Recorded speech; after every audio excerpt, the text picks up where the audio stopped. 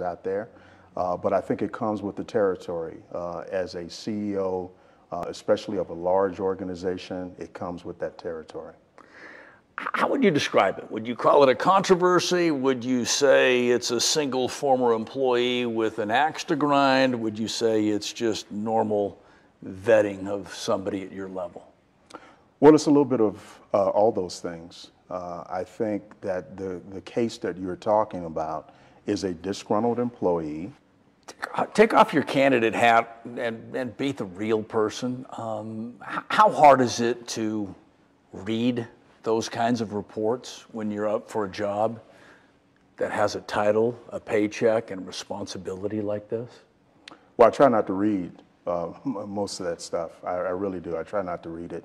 I know what I'm about. I have nothing to hide. I feel good about what I can bring to the table here at Denver International Airport, or DIN. I feel good about that. I have had a wonderful career, both in military service serving the country and in the transportation infrastructure space. I was just looking at my LinkedIn this morning, and I had 1,000 people lauding the nomination.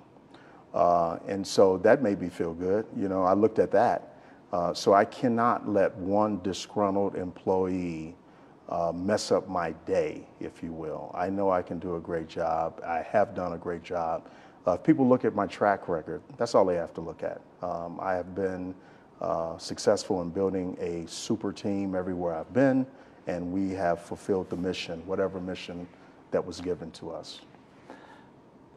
There's an ongoing investigation. There's the lawsuit. Can you tell the people of Denver, when all this is over, you've done nothing wrong and you deserve the title of CEO at DIA? I've done nothing wrong, and I deserve the title of CEO at DIN.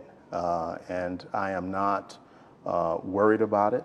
I hope that the people of Denver and the City Council will understand that there are disgruntled employees out there, no matter how well of a job you do. And so I feel confident that we can bring value to this region in the infrastructure space. When people hear terms like sheriff's investigation, whistleblower, no bid contract, it catches their ear. How do you extinguish those fires? Well, I think it's important to know that in my former agency, we did about 30 to 40,000 contracts a year. It's a lot of contracts. Some contracts we did sole source. We had the authority to do that, and some of these we did. On this particular contract, we had a nationally acclaimed expert in violence against women. And so we wanted to stand up a sexual harassment hotline so people that rode our system, we were moving 1.2 million people a day in Los Angeles. Unfortunately, there's sexual harassment on the system. There's groping on the system. So we wanted to set up a hotline where riders could call 24/7. We were the first transportation agency to set up such a service. It was a great success. Some of the noise out there includes that you were pushed out and that's why you're back here in Denver. What's the truth? The truth is I was not pushed out. I went out there on a 6-year contract, and I did the 6-year contract. And if you talk to any board member out there, to include the mayor of Los Angeles, he will tell you that I was not pushed out. I could have signed a longer term contract, but I wanted to come back to the Rocky Mountain region, which is my new home.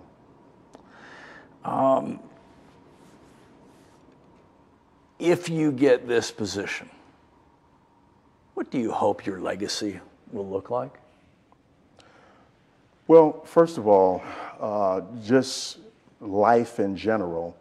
I want to fulfill the comment of my mother, who passed away too soon, who said, "You're a good man."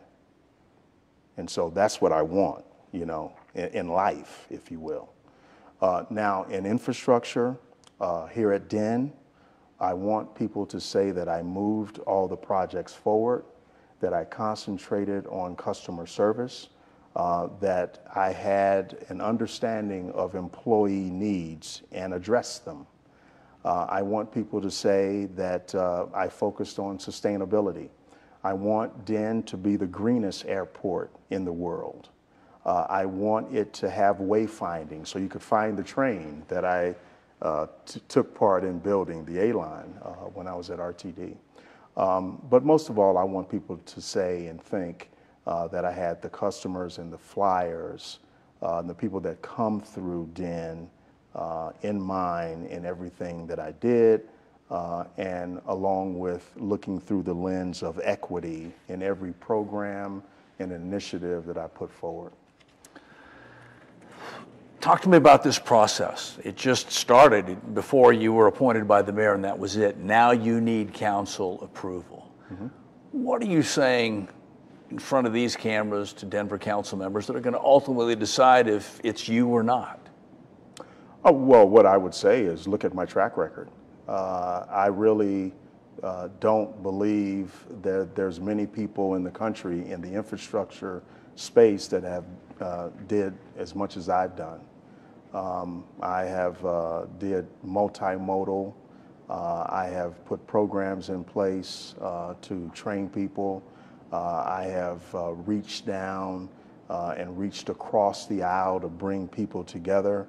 I've been a part of 2 successful transportation sales tax measures, the one in Los Angeles County, the largest in North America, and the largest in the country to date in terms of a sales tax measure, where we were bold enough to ask voters for a half-cent sales tax with no sunset to build and maintain infrastructure in LA County. It's the largest county in America, as you know, and they have the largest infrastructure program in America with no sunset. It does not end unless voters decide to end it. And we brought that in at a 71.15 approval rating in the largest county in America. So I would say look at my track record.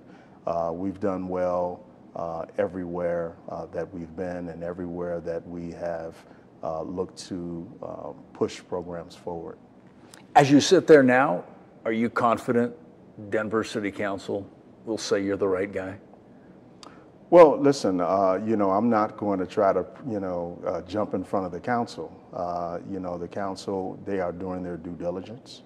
The confirmation process is something that I'm used to. I had to be confirmed by a 13-member board of directors in Los Angeles, and it was unanimous. And so I would just ask to look at my record and don't be swayed by one disgruntled employee who was bullying and harassing her subordinates, and we stopped it, and I'll stop it again.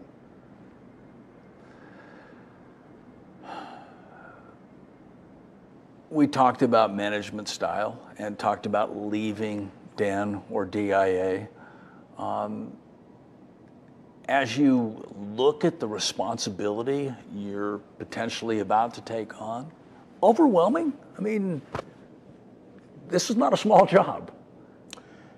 No, it's not a small job. I would again point to my previous job. Having 11,000 employees and being responsible for $20 billion in construction and programs is not a small job either. The United States Army is not a small job.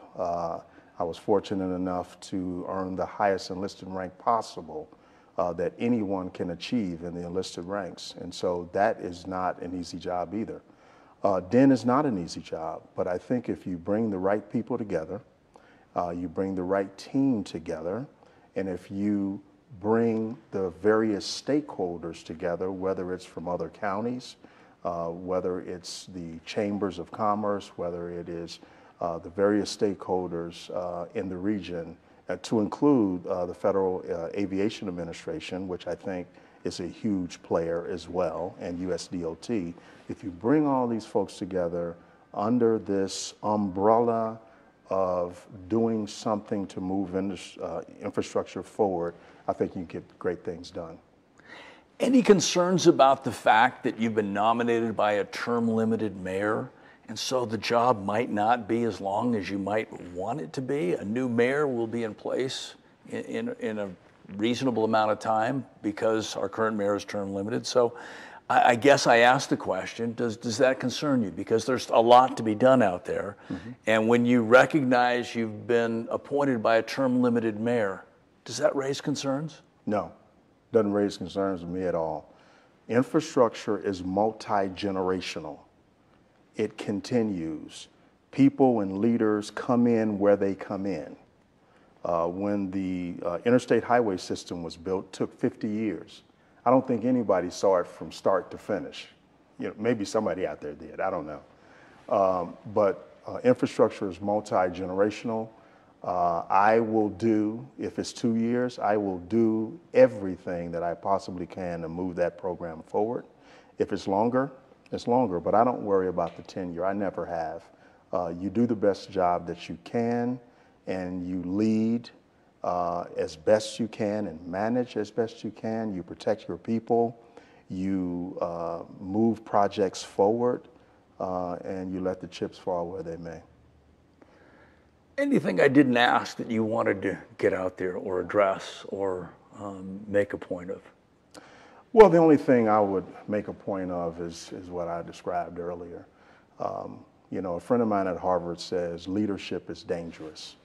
It's dangerous. And so when you're in these positions, it's a matter of surviving long enough to get the job done.